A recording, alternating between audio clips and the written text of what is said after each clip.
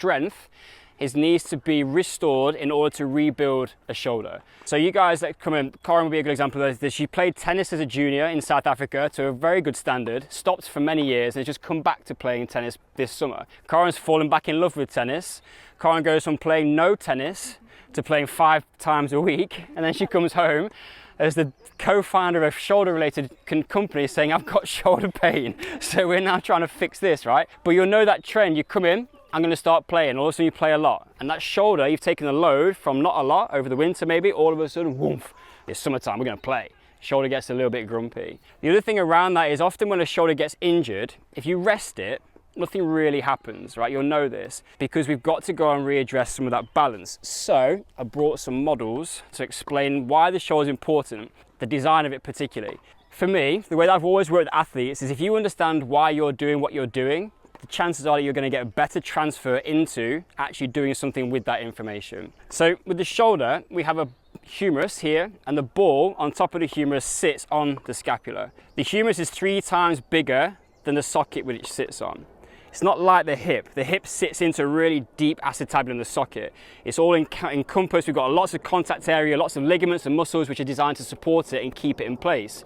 The shoulder's job is to position the hand in space. And the brain is task focused. So when you're going up to go and hit a serve, what the brain is trying to do is organize the shoulder and the chain in a way so that you can strike the ball in the way that you want to be able to do it. So it needs lots of different movement options in order to be able to do that. So you can't have joint stability and a high level of mobility at the same time. Now, the way that the brain and the body have been designed to combat this is we've got 17 muscles which attach just to the scapula.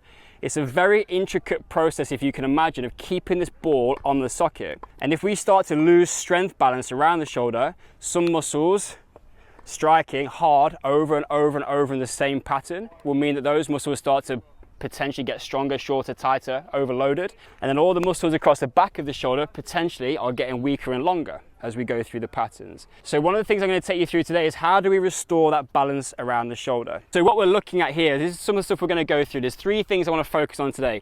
The rotator cuff. You guys who've had shoulder problems have probably been given some rotator cuff exercises. Those of you that have got a shoulder pain and have previously been given rotator cuff exercises, how many of you are still doing those exercises? Oh, well done, the diligent. Okay, we're going to run through a few today. They're a big part of the puzzle.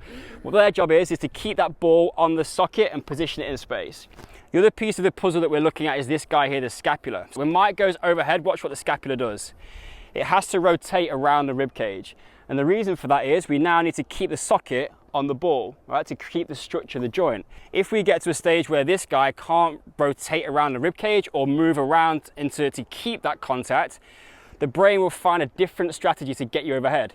So rather than bringing the scapula up and around, what the brain does is, oh, you need to hit that ball overhead, task focused, I'll pull you up, all right? And now the neck is going to come into play.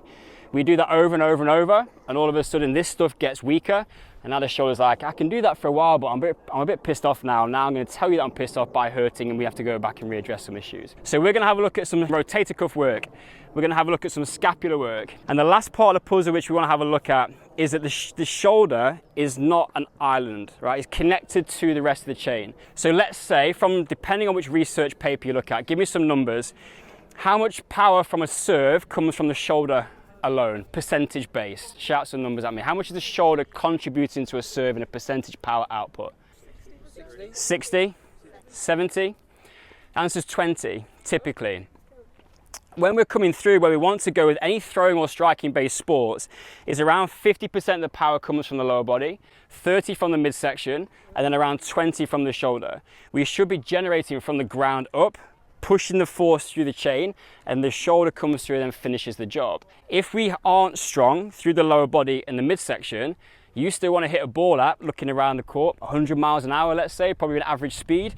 So if you guys are going to come through, if you can't generate that power up, the brain is like, well, we still need to smack that thing. So it now makes up the lost capacity by firing the shoulder even harder. And now we're going hard into these patterns. We don't have control around the shoulder. We start to run into some of these shoulder pain problems because we haven't got the control, the dynamic stability to be able to make that shoulder sit in a good position whilst we then go and deliver the power. Shoulder 101 for a Saturday morning. You didn't know you were coming from an anatomy and physiology lesson at the same time, did you?